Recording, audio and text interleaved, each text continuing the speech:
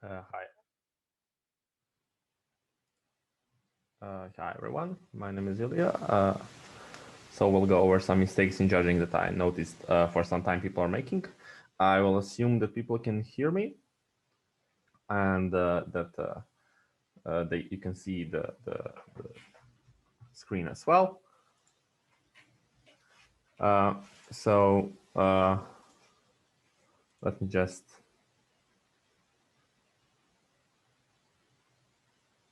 Okay. So what are we going to talk about in this workshop?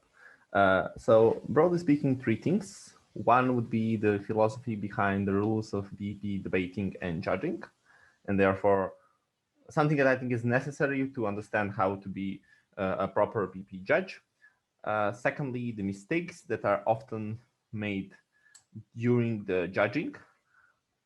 So both during the judging and deliberation. And lastly, some tips to avoid these mistakes. So this is not necessarily the chronological structure of the workshop, but rather these are the broadly speaking the topics that we are going to cover. Um, so if you have questions, just drop them in the chat or I'll probably be able to see them. But we'll have some time in the end for questions as well. So firstly, what should judging be about? So it's a bit of a tricky question, but generally the question becomes who persuaded you the most that we should basically enact the motion. So it is the policy motion, like this house would do something, then the question is who persuaded you the most that we should do that particular policy. If it is some other kind of motion, for example, this house believes that motion, then the question is whether the statement is correct. So if this house believes that capitalism is better than socialism, the team that persuaded you the most that that statement is correct should win the debate. Now, obviously, when you just write one sentence like this, it just becomes sounds very simple, but in practice there are many things that you should basically take care of during those things. Firstly is the caveat that that should be like the persuasion should be done considering respecting the rules of debating. So firstly, that like speeches are 7 minutes, that certain rules, what is allowed, what is not allowed in certain speeches, etc., are established, and that the teams do comply with that. So that's one of the caveats that we have is respecting the rules of debating. The other thing is that we are judging by the principle of holistic judging. Now, in terms of what holistic judging is, it firstly is the idea that the contribution can be anything. So basically, it can be like arguments, but also rebuttal, responses, also pieces of framing. So like the contribution can be in many different forms, right? But also the thing is that the contributions cannot exist like in a vacuum. So therefore, like the responses cannot exist sort of without the argumentation or without not taking care of what the other teams run, etc. And the fact is that the different aspects of contribution interact with each other, meaning that when you're judging what is the most important thing is that you're judging the case as a whole. So basically, um, uh, the idea is that you do not separate certain aspects of the argument. So, for example, why I'm talking about this? Because in some other formats, you assign certain marks for certain characteristics of a speech. So, for example, you give certain points to style, certain points to teamwork, certain points to how arguments are developed, etc. In BP debating, you do not look separately at these things. Rather, you look to the case as a whole. Now, why it is important? It is important because the different aspects of contributions interact with each other. So, for example, if you are having a better style, that's going to influence how well your arguments are presented.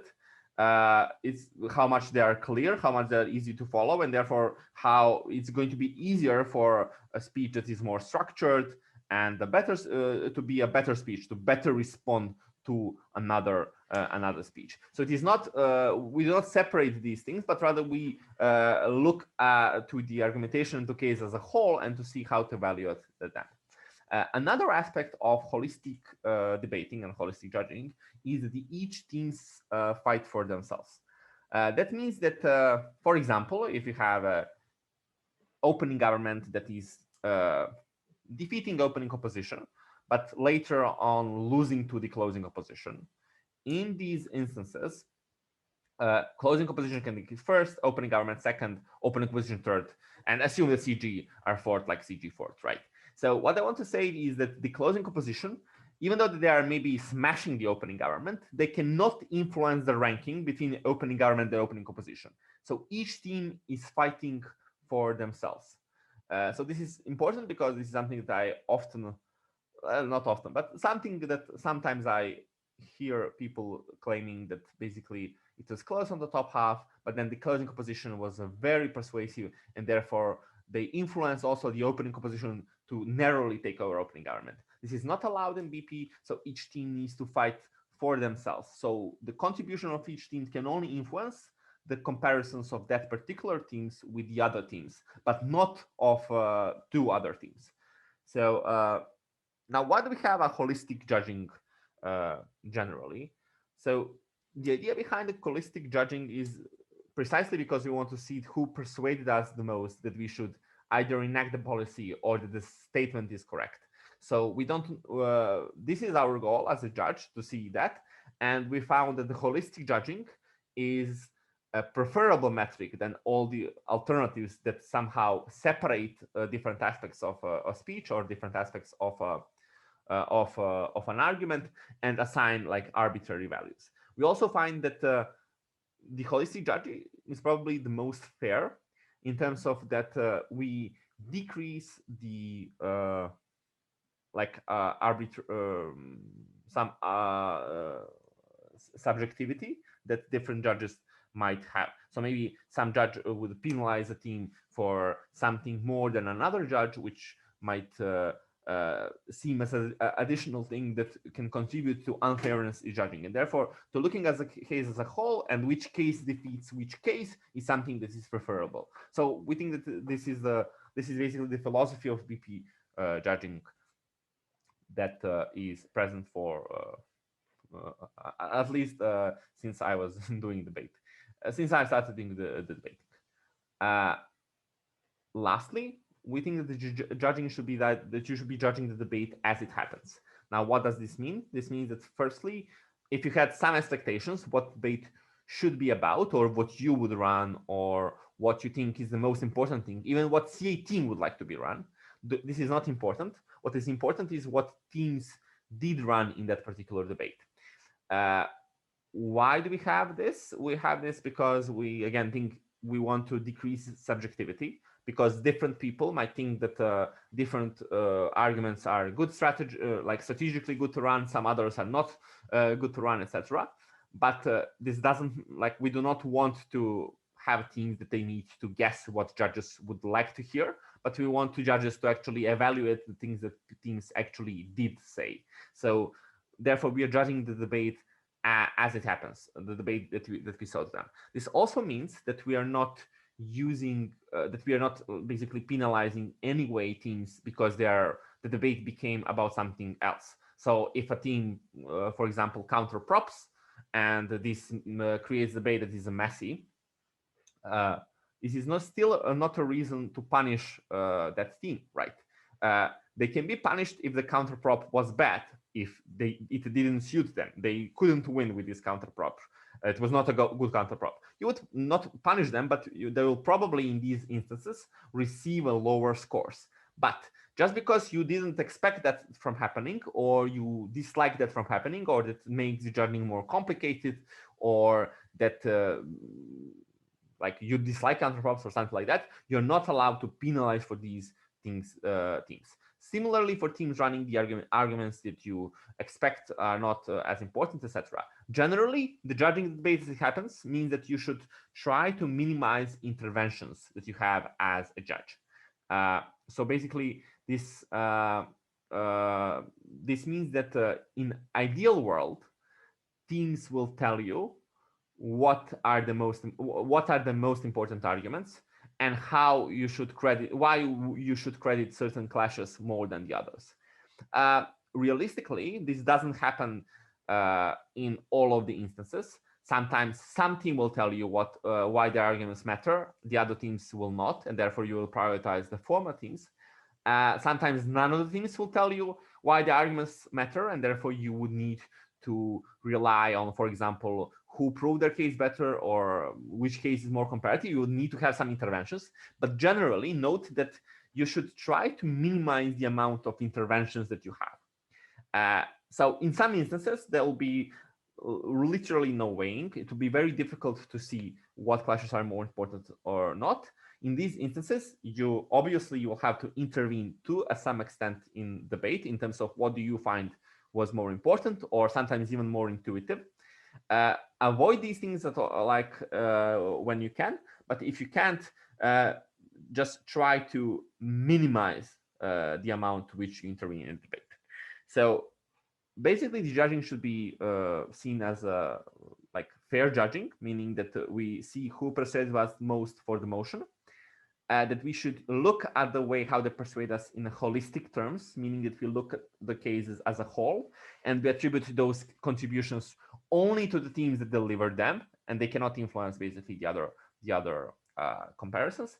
And lastly, we are trying to judge the debate as it happens, with as a minimal amount of intervening in a debate. So hopefully this is clear in terms of what we want to achieve as a judge from judging the debate, in terms of what the call should reflect, what should be the criteria. Now, let's go deeper into these statements and see where people actually make mistakes and what are some tricky things that happen. Firstly are the rules of debating. And this is important to note that the rules of debating do not exist for themselves. So there is no they're not put there randomly. They're put to make debate a relatively fair and balanced game. So we want to have ideally equal probability of each team winning from each position, right? So obviously that will depend also on the motion, on how much teams are experienced, on the luck, on many instances. But the thing is that the rules of debating should reflect that if you do not know the motion, if you do not know other things, that it will be relatively symmetrical for you to win from each positions. And therefore, why do we have the rules of debating is, firstly, obviously, to have some standards and some rules, like the speeches are 7 minutes. There is no like POI in the first and the last minute, just exist to, we need to have some time for a speech to last, and we need to have some sort of constraints. But there are some other rules in terms of what material teams are allowed to run and what we should credit and we shouldn't credit. And those rules exist mostly to make the debate a fair game. Now let's go over a couple of examples. One, probably the most obvious one might be the new material in the whip speeches. So now I will assume that you are familiar with generally with the rules of BP debating for this workshop. If that's not the case, the manuals for the EUDC are available or will be available soon. So anyway, you'll be able to access them and see like the basic rules. So one of the rules that we have is that the whip speeches are not allowed to provide the new constructive material. Obviously, some new responses and new stuff can be added, but like new substantive is not allowed in whip speeches. Now, why you have this rule is because we perceive that given that the whip speeches are the last speeches, there will be, if the new material is presented, it will give unfair advantage to the closing teams, because the other teams will not be able to respond to these new claims. So even though this is not fully true for closing government, because closing opposition still can respond to the material in the closing government whip, still, if you allowed closing government to add new arguments and not closing opposition, this will give unfair advantage to closing government. So therefore, for example, this reason doesn't exist because someone just woke up and thought, oh, maybe we should forbid web speeches to add a new substantive material, new arguments, but rather because we think that this rule creates debating as a more fair game. The second example, similar example of the POI rules. So basically, we like the POI should last up to 15 seconds. Why do we have this rule? Is because we find that teams should be allowed to express their POI. Firstly, because we think that POIs are good for engagement.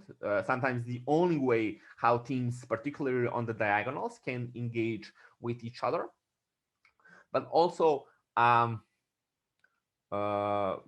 do we want them to last for 15 seconds? Because we want that POI, that for judges to be able, the judges should be able to understand what the POI is, but also not to last much longer, so that the teams cannot steal basically half of your speech.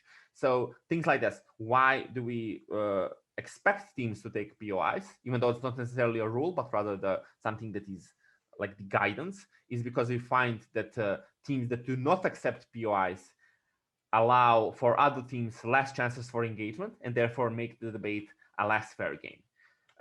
And later on, this can be like the call. If teams do not take POIs, this can have reflections in terms of what call is reached. The last example can be about the knifing.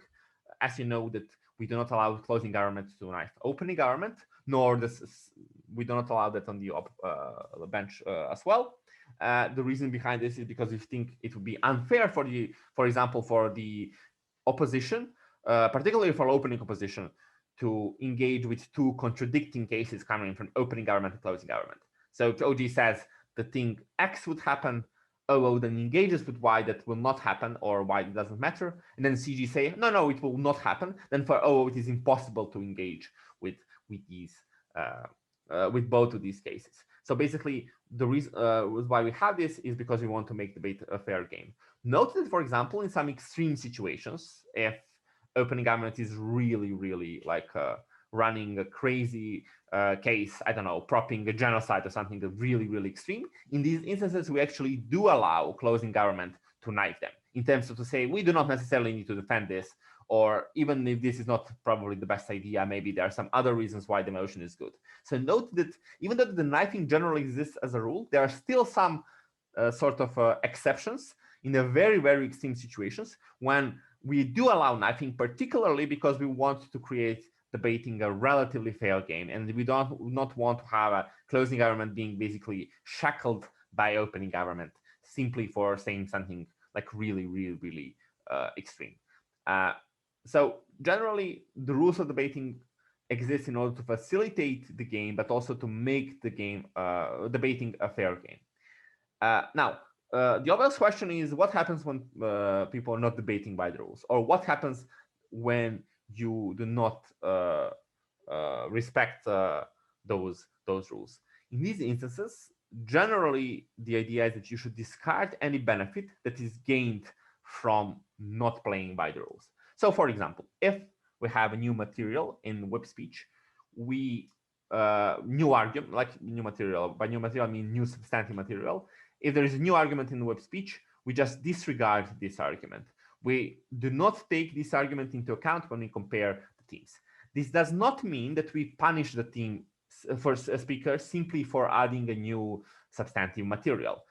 Why do we not punish teams? Because it will be very difficult to see how much you punish a team for adding a new argument, because maybe it is just not as important argument, so it's not a huge basically rule violation, but maybe it's a huge completely new argument. So therefore, it will be much more subjective for judges, and therefore we do not actively penalize the team, but rather the team is indirectly penalized simply because that part of the speech, that is new material in the web speech, is simply disregarded. So generally, this is like the rule of thumb. Like whenever there are certain benefits gained from not respecting rules, you disregard these benefits, and you do not put additional punishment for speakers for not playing by the rules. Similarly about the POI rules, if you do not accept POI, you do not receive like some huge like special punishments. Like in some new manuals, it should probably reflect your like speaker scores, because generally if you do not allow POIs, you do not allow much for engagement, and therefore this reflects persuasiveness to some extent. But we do not add certain additional punishments, meaning that if there is a closing composition, never took any POI from opening government, but has a very good speeches, very good cases, 87 speeches, like one of the best speeches you hear on that competition. And opening government is kind of, meh. In these instances, you still can give win to a closing composition. So like basically they still can win. But if opening a government and closing composition are very close, in terms of they have a similar problem, similar level of analysis, there is some engagement, but maybe not fully defeating them. And if in those instances, closing composition do not take a POI from opening government, then we find that in these close calls, the POI basically can make make you say, okay, because it was very close, because they did not allow for teams to engage. We think that this in the very close call, this created an unfair advantage closing opposition, and without that unfair advantage, they wouldn't be able to win. We think that this can be like the tipping point in terms of saying that OG takes over CO. Similar to the knifing, if closing argument has two arguments, one of them is knifing their opening argument, the other one is not. What you do is just disregard the knifing and disregards the benefits gained from not playing by the rules. So generally, this is something that is seen as a way of dealing with the rules of teams not respecting rules of debating. What is important about it is something that is a mistake I noticed judges are making, is there are no automatic forts, automatic losses, or automatic wins. So what does it mean? Firstly, the automatic forts. I think it should be the obvious by the mere logic that you cannot have the team automatically taking the last place. Why is that? Because if you had a couple of, for example, if you think that maybe the opening government that do not have a model in this house would debate, or if you think that the closing composition without an extension or like should take the fort, then the question automatically fort. The question becomes, okay, what happens if neither opening government do not have the model, but also closing government do not have extension? And like, obviously you cannot place two teams on the fourth place. And then I think this is the mere logic reason why there are no automatic forts or automatic losses. But the second thing is again, as I said in the as it was written in the previous slide, is that we are judging holistically. So even if there are some bad things that the team did, or maybe even huge problems for that team, still the other teams can challenge them and create the bigger problems for their cases, and therefore can lose to them. And therefore, we are always trying to look what was proven, what wasn't, and to compare those things with other teams. So obviously, if closing argument do not have an extension, like the complete new argument, something that is tangible, this will probably be very difficult for them to win a debate.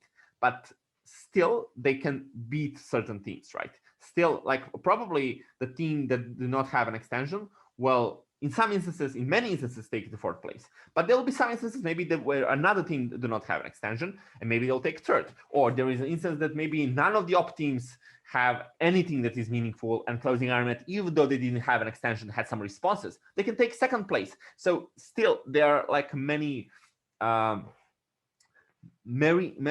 like, is just because something usually will happen doesn't mean that it will often happen. So take care of it. I think that the way how these the mistakes that I noticed the judges are making are like a couple of examples. One is in terms of opening argument that is kind of not really explaining their case, not really developing. The judges just generally in their head put the teams on the fourth. So maybe the judges are aware that there are no automatic fourth, but still they hear the opening argument is not really doing that much, and they put them on the fourth. And then if other teams are also they're somehow just putting a lower burden on other teams in order for them to defeat opening argument. So I think this is one of the things that I think I noticed is a way of how judges do the automatic losses, even though that they might be aware that this is not the way how you how that should be judged. So generally, there are no automatic losses, automatic wins, nothing that automatically will and necessarily will happen. Yeah. So yeah, no automatic forks. Be aware of that. Now, next in terms of rules of debating, would like to mention distinction between rules and guidance. And I noticed that there are things that we usually tell people that are good strategies for debating, and that basically, for example, that teams should not start the argument at the end of their speech because they will likely not have much time to develop them, or the team should have a good structure, or that the opening argument should have a model in many of policy debates. Now, those things are usually the guidance that will just mean that if you do those things, you will be more likely to be better in debating. This doesn't mean just because you didn't fulfill these guidances that you should lose or that you should have additional penalties as a team who didn't that. So, for example, the sentences that I often hear are, "Oh, you started the most important argument in the 6 minutes of your speech, therefore you can't win with it," or "therefore we didn't carry this much." Like, what does this mean? I mean, if you were able to start an argument and in the 6th minute to finish this argument, for this argument to be proven, and to defeat someone else's argument, I don't see any reason why this argument should be given less credit simply because on the stopwatch there was the 6 minutes rather than the 3rd minute. So there is no simple reason. We're looking at the case as a whole. We do not look what the timestamps. There is no any weighing in terms of when the arguments become more relevant or not. We do. It is okay to say in the individual feedback. So later on, say, look, we think that maybe you should start this argument sooner. You'll have more time to develop it. You'll be able to develop it so it is less simplistic, so it is more analyzed, and therefore this argument will likely be a better, be stronger in debate or in some other debate. So you are able to say this, or you're also like fair to say, look, you started your argument in 6 minutes of your speech. Therefore, you didn't have much time to develop it. Therefore, there were some things that were lacking. We're not sure what is the impact of the argument. We are not sure what is the mechanism of how these harms will happen, etc. And therefore, for these reasons, this argument simply wasn't finished or wasn't as persuasive as some other arguments that other teams had, and therefore this argument loses. So hopefully you understand the difference. Like, there is one thing just saying that for the reason that this argument was said in the 6th minute, it should be cut. The other one is saying, look, because you said it in 6 minutes, you had less time to finish it, therefore the argument was bad, and therefore it was like comparing to the other, like someone else's, some other claim, it was less persuasive argument. Similarly with flagging your extension. Surely, if we will say, like, it is okay to say individual feedback, look, you didn't flag your extension, it was difficult to see basically what are the concrete new contributions. Some of these things were similar, like OG, like some weighing should be done. But it's not to say, oh, because you didn't flag your extension, you lose this to opening argument. This is not true. Like, even if you do not flag the extension, like usually it is good to flag your extension because it is more clear what your new contributions are. And it is good because, like, more generally, as a speaker, you have better chances that the judges will buy your extension. But this is not something that we penalize teams for not doing. We just can say, look, this is the advice that you should try to work on. Similarly, you didn't have a model. If you're opening government, you don't have a clear model how you should do things. This, like, you're already harmed by this, right? You're already harmed because you couldn't have some caveats, some extreme situations that you can just, remove by the model. But we will not add additional penalties to you if still you create, because just look at this, like, we want to create debating to be fair. If you have ROG, you don't have a model, you're already harmed because the OO has more chances to attack you because you didn't prohibit some argumentations of by model. Now, if OO still fails to defeat you, even though that you allow them to defeat you more, that's OO's problem. OO should lose to you then in these instances. So therefore, basically, again, it's okay to say in individual feedback, you didn't have a model, this harmed you because then it allowed opening opposition to attack you on some different levels that they wouldn't otherwise. It is not okay to say you didn't have a model and therefore you lose to 0. Hopefully this is clear. Again, it is important to separate the individual from the general feedback so that the teams are aware if what you're saying to them is a general advice to get better, or it is just because sometimes the teams might perceive that the advice that you're giving them, the individual feedback, are the reasons why they're losing. And so you might face some problems because of that for these reasons. Now, yeah, so that's in terms of what we do when certain rules are not respected by teams and how you should evaluate it. Generally, what you should take away from this is that we do not put additional penalties on those things, but rather we just disregard the benefits and the contributions of these rule violations. Now, evaluating claims. Now, firstly, claim is not an argument, and probably something that is relatively straightforward to teams. You need to explain why your claim is firstly true, secondly relevant. In some instances, some argument, it is easier to show why an argument is true. In some instances, it is easier to explain why argument is relevant. So depending on the specific motion, you will spend more time and more energy on one or the latter.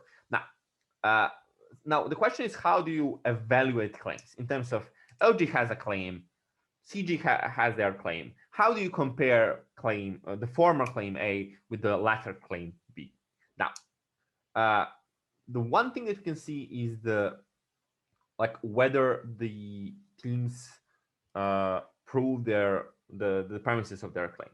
And there are a couple of ways how teams can use that and how you can things that you can use to evaluate which claims are proven and which claim has premises that are proven. So the premise is basically the underlying presumption upon which the argument is based. Basically, that without it, the whole argument relies on this one or two sentences, and therefore, if that premise is not true, then the whole argument by the logic is not true. Now, firstly, you can look at the structural reasons that why this premise of a claim is correct. Generally, the structural reasons can be many different things. It can be some incentives of how people behave in certain situations, particularly incentives of the stakeholders. How do they change by another argument? It can be some things that stems from some inheritance. So basically, if religion is inherently telling you about something divine, maybe you can, from this particular claim, for this particular property, basically use it to build a claim for an argument, etc. So the structural reasons are probably by far the most persuasive because they give you the underlying logic why the premise of claim has to be true. Now, the second one are the empirical observations, which is, look, in these certain examples, these things are true. We see that those things existing in reality. Now, empirical observations are still important. In many instances, they are less persuasive than structural reasons. Now, why that is the case? Because structural reasons give you the logic behind this. And the empirical observations just tell you that, look, in this example, that this is correct. The thing is that if another team has the structural reasons why this claim is not true, then they can defeat your empirical observations. But if they have just another empirical observations, you're not sure who is winning, right? It's relatively similar. So for example, if you want to make a claim about that Oxford students are one of the most privileged members of society, the claim that was made one of the Bayside charts. And then maybe if you're just relying on empirical observations, say, look, here are these 10 people that are, very privileged and basically studied at Oxford, therefore our claim is true. And then the other team can say, oh, here are these 10 examples of disadvantaged individuals who studied at Oxford. And then in these instances, how the judges should evaluate this, right? It is very difficult to compare those two things. But if you just say, oh, look, here are the examples of these individuals that graduated from Oxford that are very privileged. But on the other hand, the other side tell you, okay, but here are the reasons why these people are exceptions. Here are firstly why Oxford has a lot of scholarships for people from disenfranchised communities, particularly because uh, they want to have a good branding of their university, because they care about the talents coming from all around the world. They want to get the talents, even if they're like disenfranchised, because they have alumni that some of them are like uh, altruists, etc. So give some reasons. Then this is defeating the empirical observations. So note that usually the structural reasons are generally more relevant in comparing claims than empirical observations. Lastly, it is the intuition, which is something that, like, as you can see, be careful. So the thing is that generally, as I said, you should try to debate that happened and not take what you find intuitive. Different people from around the world find different things more or less intuitive. And intuition also relies on our biases, which we want to just diminish as much as possible. So therefore, you can use only intuition if this is the only thing that you can be used in debate. Now, I will not lie to you that there are no debates like that. So there are some debates that are not very good, that teams do not argue why their claims are correct. They just presume many things. They have different conceptions of realities. I think that in these instances, it is like sometimes intuition is the only thing that you can use. Uh, and I think that sometimes, usually it is when there are two competing claims. One is relatively intuitive, another one just seems a bit far-fetched. None of the teams argue like why their characterization is preferable. I think that in these instances, when there is these huge differences in terms of intuition, it is, and there are no any other mechanisms of why how you can compare two claims, that in these instances um, you can use the intuition, say, okay, this just seems as a more far-fetched, therefore I require some more analysis, even though this competing claim has a similar level of lacking of analysis, still it is relatively more intuitive. So yeah, hopefully this is helpful, because I noticed that a lot of time judges are struggling to compare the teams on the same benches, like OG and CG, or OO and CO.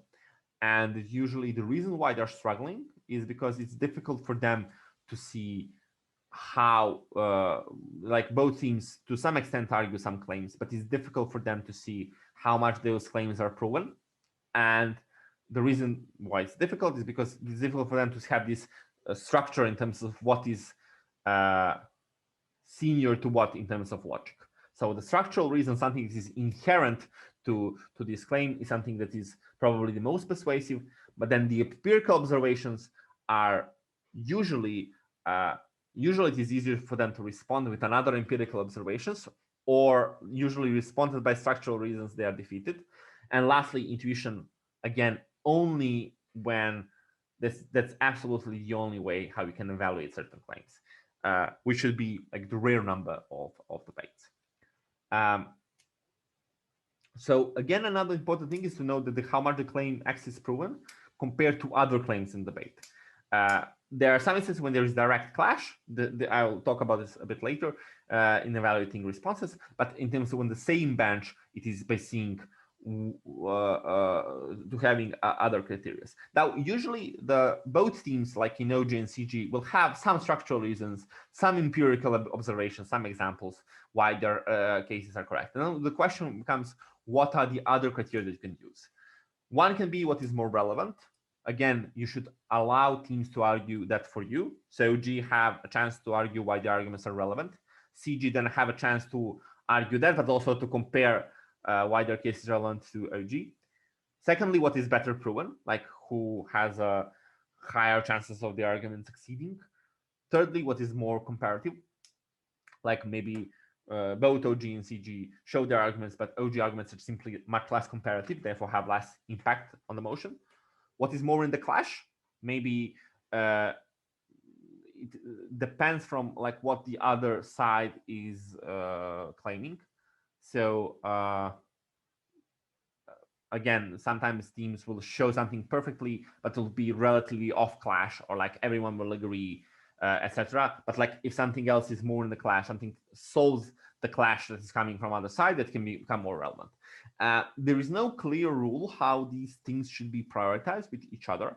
So it depends from the particular debate to the particular debate. So just those are some aspects that you can look at when you're comparing different claims on the same bench, particularly. Okay, so a couple of things that I notice are particular mistakes for how teams evaluate claims. Ones are the deadlocks, which is, I hear often teams claiming this and also judges buying those things, which is OG and OO are arguing about a certain clash. Now, CG say, look, okay, let's maybe use some example. Like the debate is like, this house to ban alcohol, and then OG tells you, alcohol is bad. Here are like 3 reasons why people are less likely to drink if the alcohol is prohibited. And then there is the opening position saying, no, but here are 5 reasons why people will still be drinking. And then like the clash on top half, obviously one of the clashes is whether more or less people will be drinking. And then the CG comes out to say, oh, look, there is a deadlock on the top half in terms of number of people who are going to become alcoholic. Therefore, this is a wash.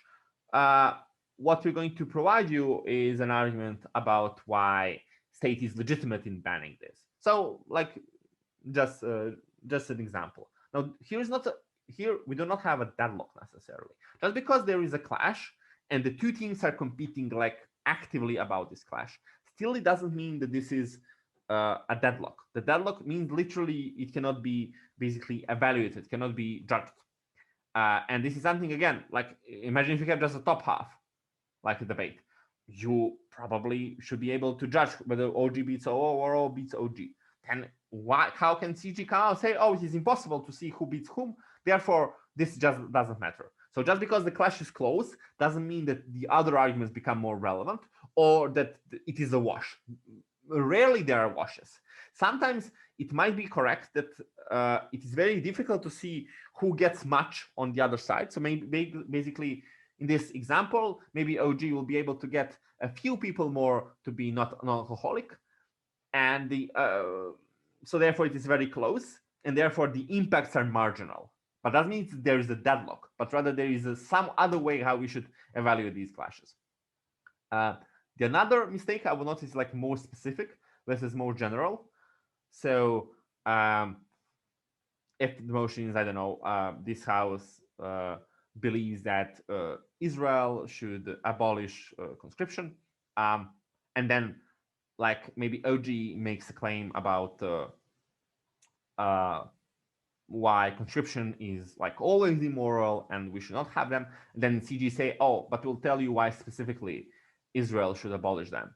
And OG's arguments apply to any other debate for any other country. Now, that might be the correct, but it's still not true logically that OG's arguments are less relevant than CG's. So just because something is more specific doesn't prima facie mean that this should be more relevant. Now, note that in many instances, when something is more specific, usually you'll be able to get either more impacts for these particular things or some more relevant arguments. Like you'll be able to get something just because something is more specific.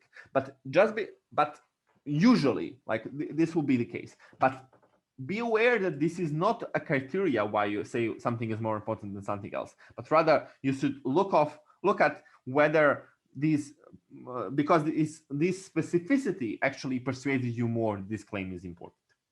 Another one is the old one, the principle versus practical arguments, which is firstly like the false comparison, because the practical arguments, usually meaning utilitarian arguments, are also principle arguments. Just the principle is utilitarianism. Now, there are many competing mistakes that I hear. Either the practical arguments are just more concrete and therefore more relevant than the principal ones, or that the principal arguments are just more principle and just the ontological arguments just are more novel, more persuasive, and therefore they should be have a more weighing. The fact is, there is no answer to this. Depends from particular case to particular case. Teams that are running principal arguments should argue why their principle is superior to the other principles. It's similar to the teams running the practical or utilitarian arguments. So it's up for teams to tell you how to evaluate these claims, not for you to say those things. Now, note again that in many instances, the way how principal arguments are constructed is by saying, look, I don't know, we think that the self-defense exists regardless of the practical benefits, even if there will be some huge practical utilitarian harms. Now, if this is the way how you construct principal arguments, so if that is the case, and if you are able to construct argument, then by the mere notion of how the argument is constructed, this argument will be more important than the utilitarian ones, because in its claim, it has this is more important than utilitarian benefits. But note again, the teams need to prove this and they need to argue this. And again, so again, a mistake that I noticed. There is no the teams either saying that principle or the practical arguments are more important. Both of them are like not correct. Depends from the case to case. And again, you should try to have as little intervention and to let that to the teams. Similarly, in terms of evaluating responses, there are, I think, three types of responses. One of them are mitigation, in terms of other team is saying you that your benefits are probably not going to occur to that extent that the other team is saying. Secondly, in terms of counter arguments, like, oh, there is another argument that defeats your case. And thirdly, the outframe, in terms of there is some claim that just makes the relevance of the other arguments less relevant. And again, I think there is increasing level of power of these responses. So mitigation, usually it is important to be able for you to be able to note that just because an argument is mitigated, it is not defeated. So again, if the motion about this how to ban alcohol, if you give 3 or 4 reasons why, or let's use the example from the slides. If the motion is that this house would ban denial of genocide, and then if open position say, look, even if the genocide is denied, there will be still people who will be denying them.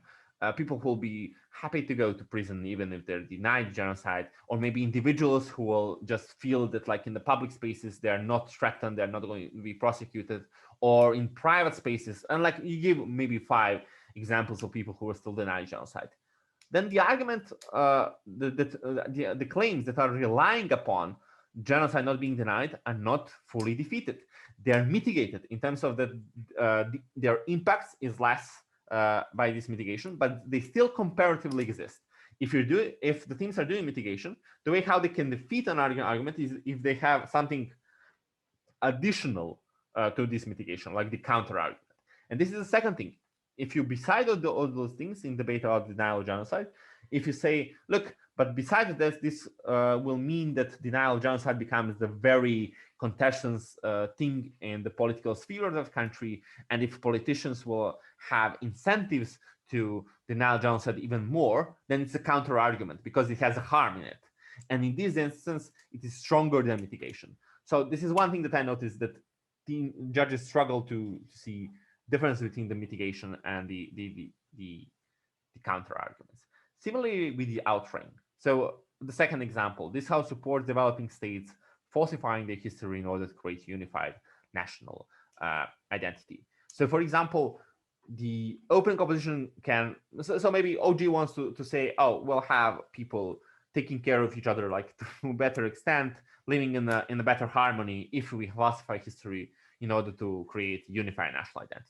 Then the OO maybe have responses saying, oh, here are some reasons why this will not be successful, in terms of, oh, you still have your parents that will tell you the correct history, you still have, I don't know, alternative history sources, some responses of those things. Those things are usually the mitigation, but maybe the outframing of it would be the frame that would just defeat the premise of this argument, which might be, look, the way how these falsification of history would be done is necessarily going to be the way that just sort of harm certain members of society, particularly minorities, etc. And then here are the reasons why this will be done this way. So again, hopefully you can see the distinction between mitigation and the frame as a way of like defeating the argument. Okay, now those are things in terms of things that you should take care of when you're evaluating whether the claim is proven, which claim is more relevant, but also whether the claim is defeated and to which extent. Hopefully this was useful to you. Now, some other aspects of mistakes that I notice judges are making. One is, and I think this is a practical thing, but I cannot stress enough how much it is important. It is a time management. I notice, so one thing is that there is quite a short time to do a lot of things during the deliberation. So notice the debates last for around an hour. And then you have, I think 20 minutes is at Euros, but usually around 20 minutes to, firstly, to go over your notes, which just usually takes 2 to 3 minutes. Sometimes even more if, someone wants to go to the bathroom, or if, I don't know, the debate was messy and just people need more time. Then you need to have like 1 to 2 more minutes to do the ballot, do the, speaker scores, etc. And then you have basically around 15 to 16 minutes left for usually a chair, 2 panelists, and the trainee. So let's say around 4 people, but usually like not less than 3, to get the correct call. So if say there are 4 people, if there are 16 minutes left, that means that each person has around 4 minutes to talk. 4 minutes is not a lot. That's not even a full debate speech. And note that sometimes people will sort of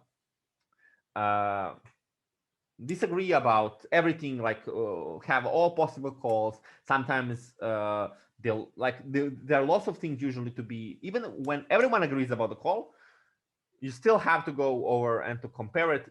Even in these instances, it will still have you some time, even for each judge to say what they think why LGBTCG and things like that. And even in these instances, this will create like 10 minutes of your time. So, but in many instances, you'll have some disagreements. Now, why I'm telling you this is because the time is of essential importance for you as a judge. Now, it's a very, very, very scarce resource. There are a couple of tips that I can give you for you to have like a better time management during deliberation. Firstly is during the debate, you should judge actively. Now, what does this mean? You're looking to Prime Minister, listening what Prime Minister is like talking about. Now, you should probably be aware after the Prime Minister's speech what the OG has, like what Prime Minister is telling you, what they were able to prove, what not that much, etc. Now, LO is saying they have some responses, some there are arguments. After the PM and LO, you should probably be aware of who is beating whom, like whether the OO is slightly over OG, whether they're definitely above, things like that. Maybe you will not be aware of definitely that response, but you should be aware even like maybe, oh, I'm not sure whether their responses to the second point was sufficient for them to defeat. So always try to, even if you do not have a the final answer in terms of what who is definitely winning which clash, you should at least have, like even before the deliberation starts, the notion in terms of why it is close, what is unclear to you, what would help you to evaluate this clash. So you should be aware of what is happening. Now, if it is too tough for you to remember all those things, and like depending on the debate, usually it can be, what can be useful is to have additional piece of paper or like additional sheet if you're writing the notes on computer, where you can write the things that in terms of like just in 2 sentences what the case of OG was and things like that. This can help you later on to have some better idea of what happens in the debate, especially given that the debate lasted 1 hour and usually you have 2 to 3 minutes before to look at your notes before judges start deliberation. So not that much time to go over 1 hour of intense debate. Secondly, during the deliberation, be precise and comparative. Why do you think defeating someone else? The chair judges do not want, or even the panelists do not want to hear things like, oh, I like this. I think this was this was important, etc. No, I want to hear reasons, like why this was better than the other team. Like be comparative, be precise. Not, oh, I like their point about the principle. No, what was the principle? What they proven? Why it defeats the argument? Be so. Because you have, again, a limited time. Time is a very scarce resource, and you want to maximize the chance for the correct call to come out. Lastly, do not take away the time unnecessarily. Now, one particular instance that I notice a lot of time judges are doing, I understand where it comes from. So it is not that I'm not really annoyed by it, but this is I understand why it's coming, where it's coming from. But still, it's something that takes away time unnecessarily. Is that the judges that have certain initial call, there was some discussion, the panelists changed their call, and then when I ask, okay, what do you think, like whether you agree, whether you still disagree, the judge said, oh, I guess I changed my mind. The reason why I thought this was the call was because blah blah blah. Now, I understand you want to basically tell to the judge why you thought that the call that turned out to be incorrect in the end was your initial call. Don't do this. Just, it takes away the time. The time is really necessary, and also it is unlikely to change the, I would say, the chair's opinion about your performance. Also note that the chair will not necessarily have the opinions about your performance solely about the initial call, because sometimes if debate is messy, it is okay if people fuck up the calls. Like, it's a normal thing, happens all the time to all of the judges. Now, but if and also, like, sometimes debate is very clear, like even the everyone will be able to get the correct call. Now, so therefore, it is not important for you to just justify yourself after something is reached. Note that the most important, not about the deliberation. There are a lot of people. Everyone wants to talk. Everyone should and have to contribute. There is one call out of possible, I think, 24. Yeah, and the time is very scarce. In these instances, we want to maximize the chances for us to reach the correct call. And this is important because be aware that you exist so that the people who are debating should have the correct call. This is a competition. This is a game. They are competing. And the most important thing, so this is not the only, but the most important thing should be for these things to get the call that they deserve. So therefore, you should think of, like, it is not important for me to just justify myself. No, it is important to spend this time more wisely for the correct call to be reached. Okay, so hopefully this is something I noticed a lot of time, that the time is not used wisely. It is very difficult, particularly in online environment when you don't have, like body language and direct communication, like when everyone is in the same room. But I noticed it's very difficult to have a good time management for judges. So be aware of that as well. So a couple of more things. One are the biases. Just one thing that is like ESL biases. I noticed that the ESL, or I have an idea that the ESL bias is probably diminishing with time. It still doesn't mean it doesn't exist. So if you're having trouble understanding certain accents, or you think it's very difficult for you to understand how someone is talking about, be aware of that when you're evaluating that team or that speaker with some other speakers. Particularly, the instances when I noticed most of the ESL bias happening is OG is an ESL team in poor English explaining some arguments. Then the team on the same bench, like CG, have similar arguments with very similar analysis, just with better English and like more smooth talking, the so-called EPL extension. In these instances, most of the cases of ESL biases happen, so be aware of that particularly. Secondly, biases against particular countries, which is, I would say that those things are usually biases in terms of your personal beliefs, putting them into debating, which should be done as little as possible.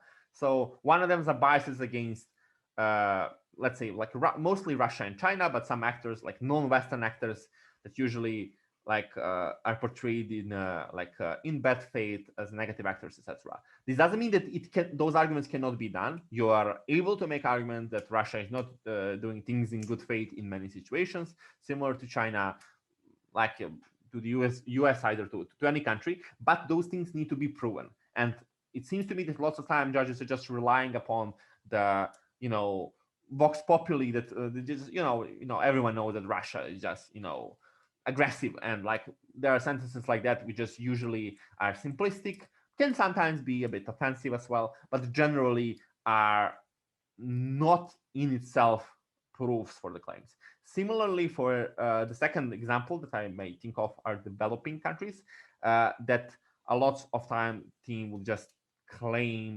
either just, just take away, like really turn around the globe, put a finger, find a country, and just say, any claim about that country, and the judges will just find it as persuasive, uh, without ever considering whether that might be true, whether there are some reasons why this is true, etc. Simply because it goes into their biases in terms of how they look in the world. I notice that the biases again, the countries are particularly something that judges are struggling, and that's influencing the cause in a negative way, particularly in IR debates or debates about developing countries.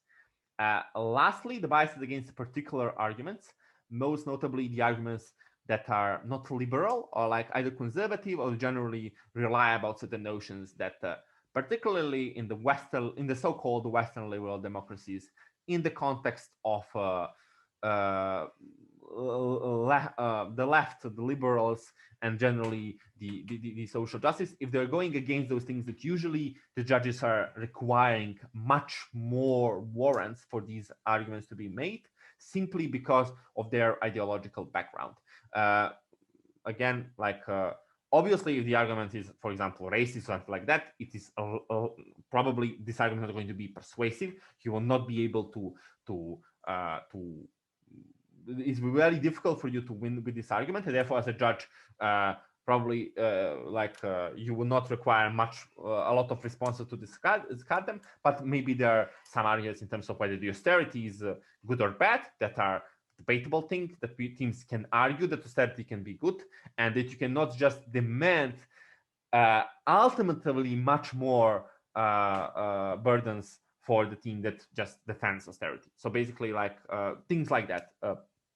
I think that in some instances, obviously, we are biased against like utterly racist or sexist argument. That is fair, but sometimes there are things that like it is debatable whether they lead necessarily to better or worse outcomes, and generally, therefore, you should try to diminish the bias that you have against particular arguments, particular ideologies, but rather to look at whether those arguments are proven. If the arguments are really offensive and horrible, probably it will be very, very, very difficult for teams to actually prove them and deliver them in debate.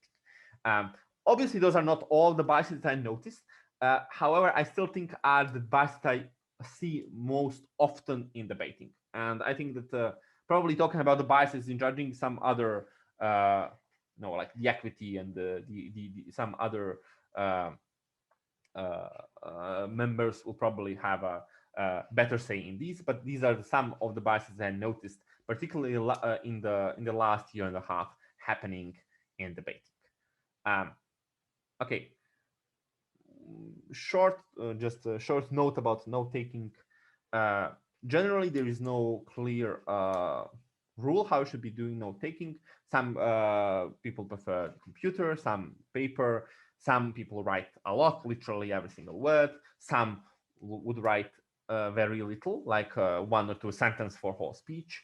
Some will write in English, some in their like native language, particularly if they're not EPL speakers. So like it depends from the case to case. Sometimes people use arrows, sometimes like different, red pen for a different for rebuttal, and then green pen for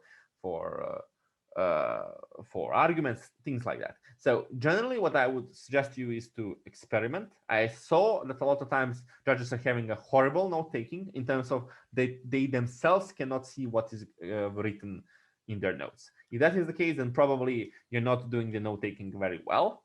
This is something that I noticed a lot of time. People are writing notes, so they later cannot refer from their notes what is written there. Now, then if that is the case, then it is a mistake. The general rule of thumb that I heard here a long time ago is that if you can read your notes the next day and know what the speech was about, then probably you're doing the good note taking, because it means that you're writing sufficient for you to be able to recall what was being said there, and for you to see like what what was delivered in that speech. It is also useful for giving feedbacks like next day, or like, when there are close rounds and like teams are messaging you later, so you to be able to recall. It might be difficult for you to recall, but if you are doing a good note taking, you'll be able to remember to see what happened. But also, this rule of thumb is also good for note taking in the debating as well. I noticed. Okay, so lastly, just some tips. Everything that I basically was talking about the last hour, but also the things just to have them on the same place. Firstly, is read the manuals. So it means both speaker and judging manuals. A lot of stuff about what is allowed, what is not allowed in debating, etc., is written there, and therefore will help you in understanding in many of the situations that we couldn't cover in like just 1 hour workshop about the mistakes that are more often to be made. Secondly, attend the briefings, particularly judging briefing. Usually the responses for the judges, the adjudication test are given in the briefings before the competition. And usually the CA team will tell you the most important mistakes that people made during in the judging test, which is again something that's going to be useful to you, regardless of if you made these mistakes by yourself or not. Thirdly, be mindful that the correct call is the most important thing. So therefore, do not be stubborn if really you see that that you're defending the case simply because you became defensive. Like just like abandon it. Again, if you think that your call is correct, that the judge didn't persuade you, it's fair for you to split. Do not be one of those people who say, "Oh, I thought that you won, but I didn't want to split." So like probably the worst people. So like don't be that kind of person.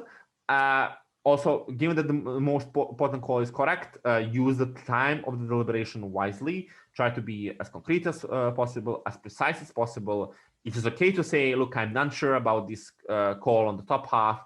These are the things that could persuade me, like that this is unclear. This is that I didn't understand. That was maybe a bit confusing to me. Someone could just help me with this.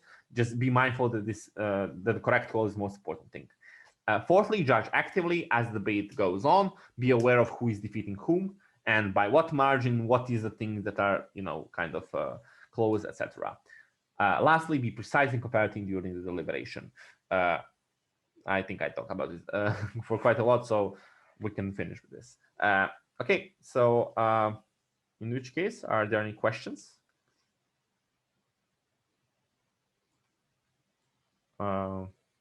If yes, just I don't see the chat or anything, so just unmute yourself and ask if possible.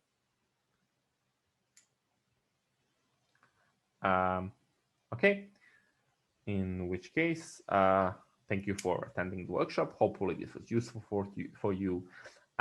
It will be recorded and therefore posted online, so we'll be able to access it later on. And have a nice day and enjoy judging the Euros.